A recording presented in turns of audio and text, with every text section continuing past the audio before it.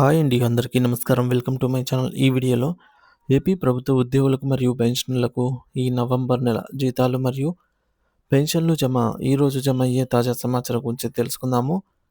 Video అయితే ఎక్కడ గాని స్కిప్ చేయకుండా ఎండ్ వరకు చూసేయండి. అప్పుడు ఇన్ఫర్మేషన్ పూర్తిగా అర్థమవుతుంది. అలాగే ఈ వీడియో చూస్తున్న ప్రతి ఒక్కరు వీడియోకి లైక్ చేయండి ఫ్రెండ్స్. ఈ వీడియోని తోటి ఉద్యోగ పెన్షనర్ మిత్రులతో అయితే షేర్ చేయండి.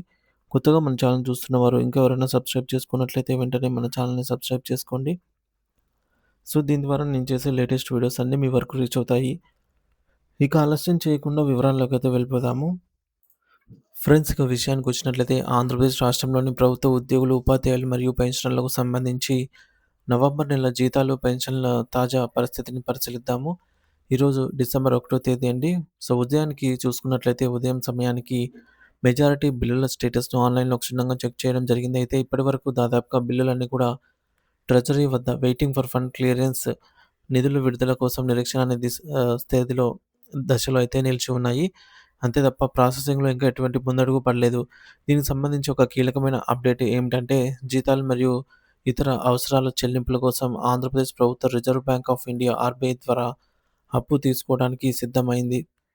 సో, రేపటి రోజున అంటే ఆర్‌బీఐ నుంచి మనకు రాష్ట్ర ప్రభుత్వం ఇంటిని పెట్టిందనమాట. రేపటి రోజున అంటే డిసెంబర్ 2 మంగళవారం రోజు ప్రభుత్వం సుమారు 3,000,00,00,000 రూపాయలకు సెక్యూరిటీ బాండ్ల వేలం ద్వారా ఆక్షన్ ద్వారా అయితే నిధులను సమీకరిస్తోంది.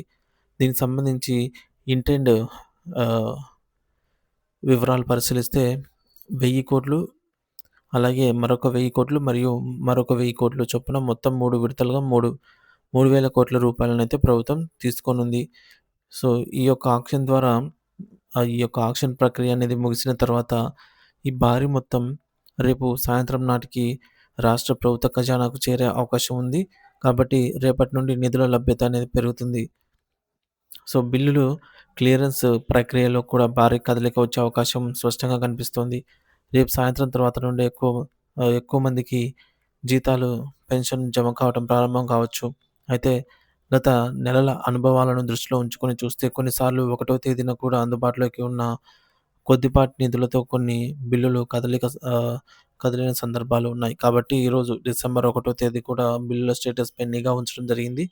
ఒకవేళ ఈరోజు మధ్యాహ్నం లేదా సాయంత్రం లోపు ఏమైనా అద్భుతం జరిగి బిల్లులో కదలిక వస్తే ఆ విషయాన్ని వెంటనే మన ఛానల్ ద్వారా మీకైతే తెలియజేయడం జరుగుతుంది.